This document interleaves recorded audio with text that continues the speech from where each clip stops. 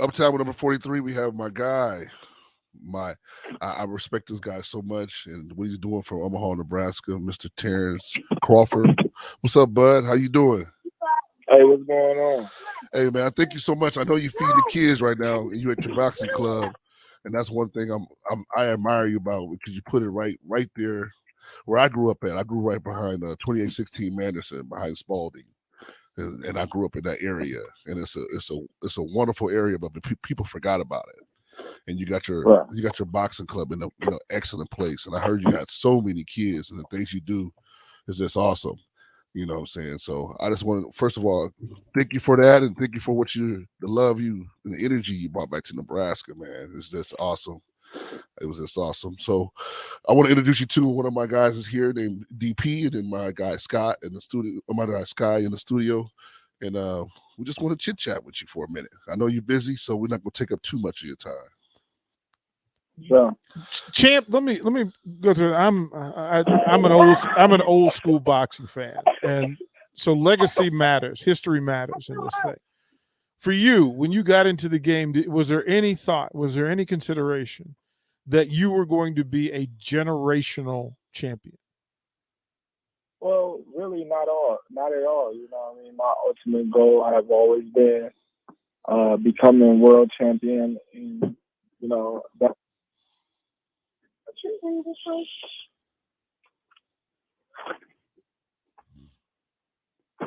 He must have. Did he mute himself? I don't know, but did you? No, I got you.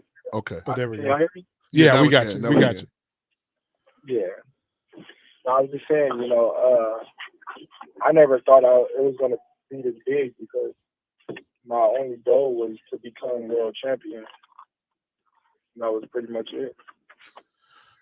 One of the things I like, what I admire about you too, and I'm a big mama's boy, and my mama mean the world to me. And growing up, some of the sacrifices my mom had to do and make, and I still is blessed enough to be able to take care of my mom, and she still lives down in the hood and everything too.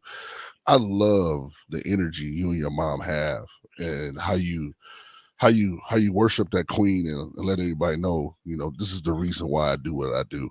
And I much respect for you, because it needs to happen so much because if it wasn't for my mom with 5 boys, single parent with 5 boys, I don't know what I would do. I don't know what I would do. I didn't even know y'all could 2-step though. I didn't know you could 2-step like that. I saw you in the ring. Yeah, for sure. Yeah.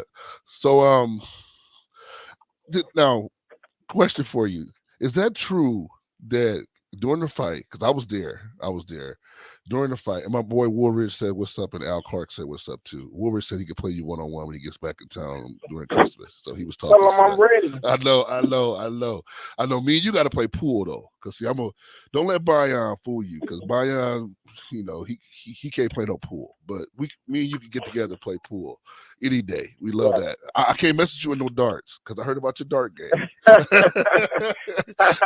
I can't message you no darts. I can't message you no darts, but I'm a boys club kid too, so we don't back down for nothing. But during the fight, somebody said that you said like I'm winning, right? And then your coach is like, no. And you got this look like, what? And next thing you know, you just is that true? They said you just next read you came out, I think it was number 9 or number 8, you came out and just started whacking. Just started. No, it was the end of the 9th round going into the 10th. I had asked a friend of mine, you know what I mean, Wow. did they have me winning? And the commentators, they really don't know what the actual score is, being that they not the judges, the actual judges. So when I asked the question, well, if I was winning or not, they had told me, no. So I'm like, what? How? At that point in time, I had to, turn it up, and I went out there and got the knockout. Champ, it's interesting, this thing that is Nebraska, and you're you're the prince of the entire state. Is there any intent or ability to direct and maybe have another fight here in the state? Is this something that you could do that you could kind of control going forward? I don't know.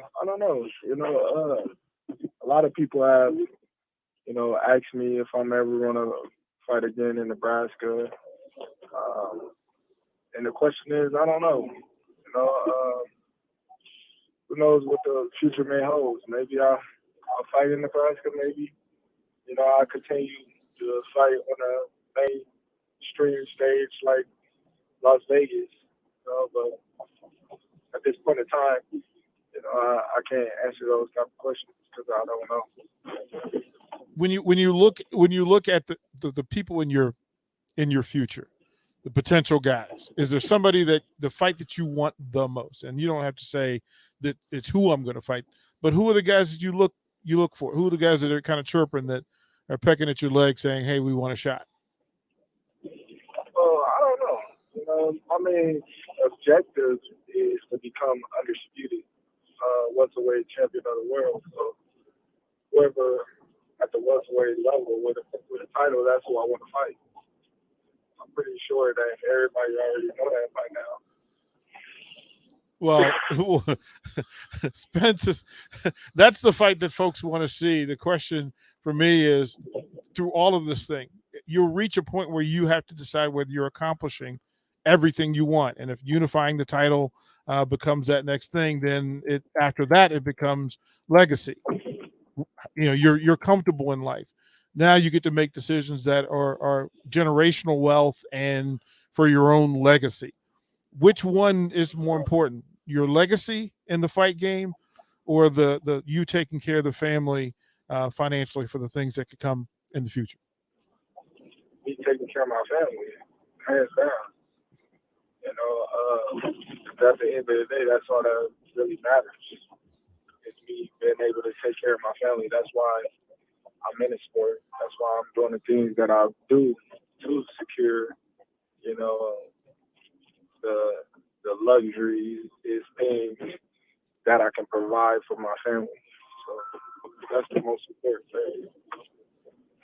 thing.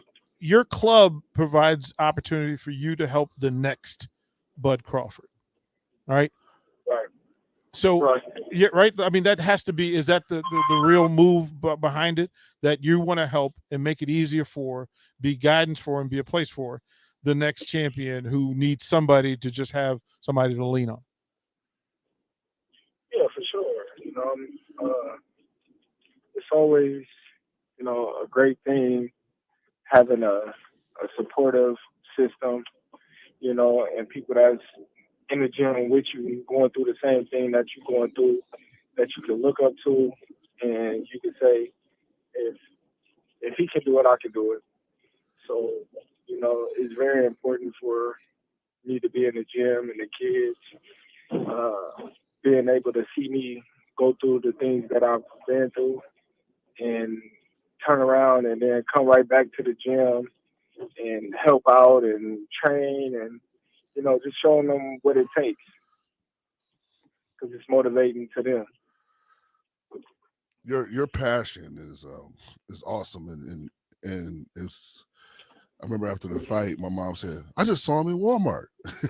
It was the next day. It was the next day, and they said just loading up the car, and people were coming over to you. Such a people person, and I think that attribute to what we've been through, what people don't know, and and where you are.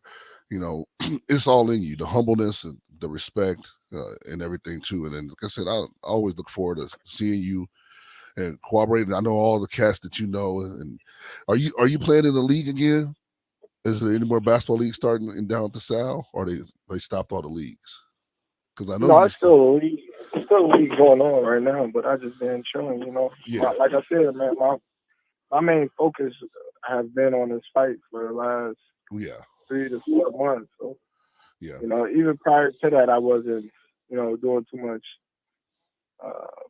basketball and whatnot. I was just trying to, focus on, securing that fight with Manny Pacquiao, and then that didn't go through.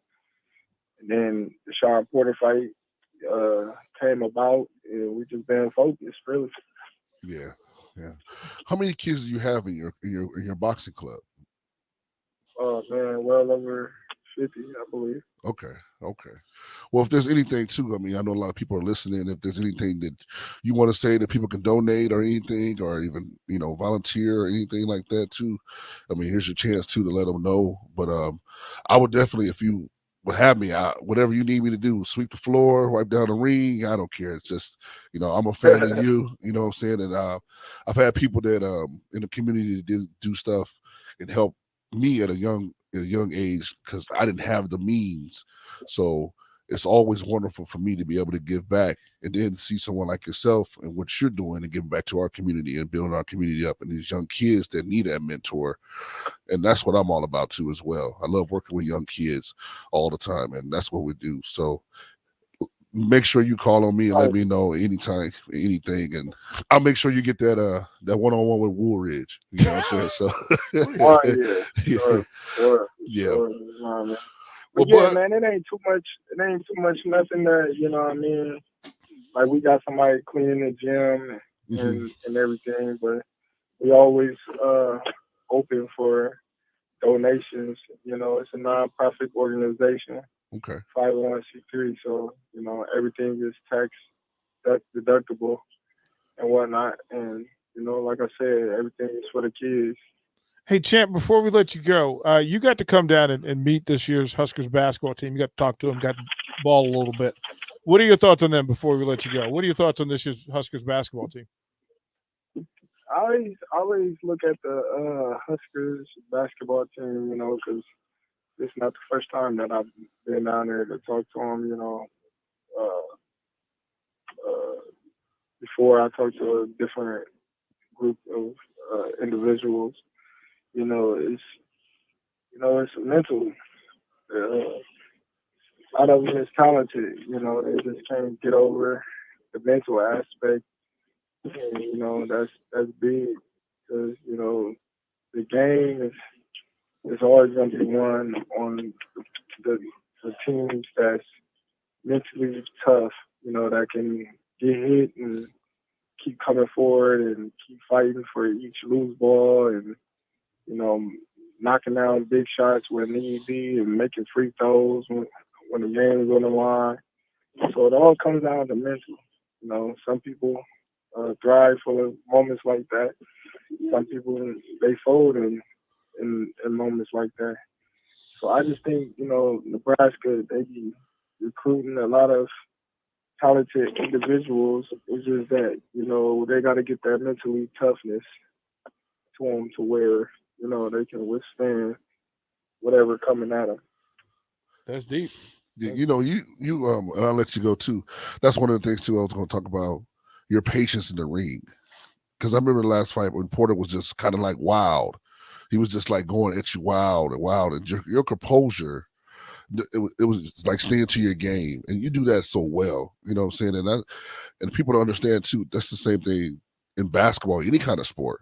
Is your composure, making sure that you believe what you're doing and you put the work in to carry out, the task at hand. And I have to tell you, man, some of the stuff that he threw at you and the wildness coming at you, the wild punches, the craziness, and you just maintain your composure and you do a wonderful job at it. So you speak of that very well, because I think that a lot of people don't understand in every sport, it is about your composure and, about being patient and then taking advantage of that moment.